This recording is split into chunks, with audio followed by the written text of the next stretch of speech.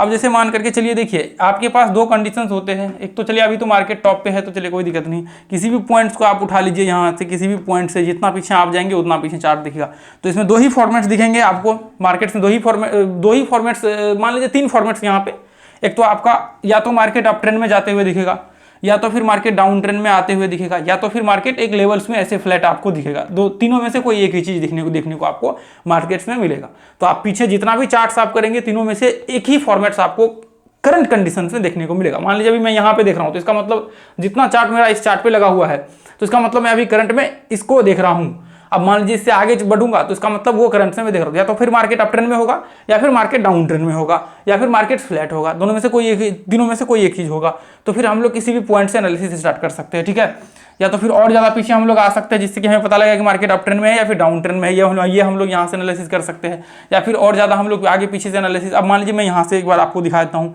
तो अब ऐसे कंडीशन में जैसे मान लीजिए, जैसे देखिए मार्केट ये पॉइंट से रिट्रेसमेंट किया और सीधा मार्केट जो है यहाँ से ब्रेकडाउन हुआ।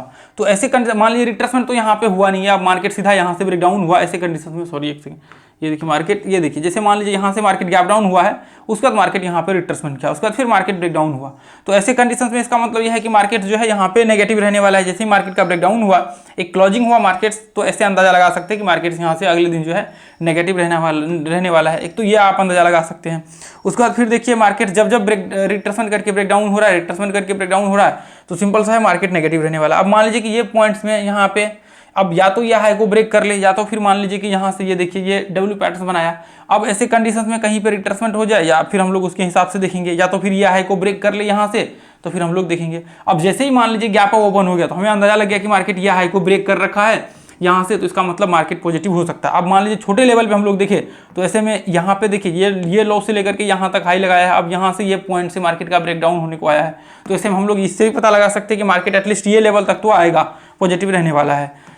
अब देखिए जैसे मान लीजिए कि यहाँ से आप देखिए, अब ध्यान से आप देखते चलिए, ये देखिए अब देखिए मैं छोटे लेवल पे देखूँ तो यहाँ पे देखिए रिट्रेसमेंट किया, यहाँ पे जैसे ही ब्रेकआउट हुआ इसका मतलब मार्केट पॉजिटिव रहने की संभावना है। अब जैसे ही मार्केट यहाँ पे रिट्रेसमेंट किया, ब्रेकआउट हुआ, उस दिन पॉजिटिव रहने की संभावनाएं हैं। अब देखिए जैसे मान लीजिए कि चलिए तो हम ये छोटे लेवल पे हम लोग एनालिसिस कर रहे हैं, छोटे लेवल पे, ठीक है। अब जैसे ही मार्केट मान लीजिए कि यहाँ पे एक पैटर्न टाइप बनाया, उसके बाद ब्रेकआउट हुआ, फिर देखिए पॉजिटिव रहने की संभावनाएं मार्केट्स की हो गई, ठीक है।